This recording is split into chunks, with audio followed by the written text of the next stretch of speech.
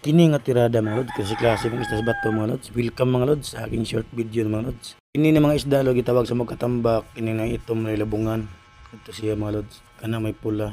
Grabe na yung tirada mga lods, klase mong isda sa mga bato mga lods. Puntong blessing mga lods. Kaloyan mo mga lods, bisag gidaw timpo gabi lods, sa kagrasihay po nila lods, ginagmay ng mga isda mga lods. Klase-klaseng isda sa bato mga lods. Kini ana mga isda mga lods, bana-bana mga lods, di mawa ni sa mga 50 kilos o 60 kilos mga lods. Klase po mga isda mga lods, ginitawag labungan o langog. Kini mga puwa mga lods, ni Taiwan.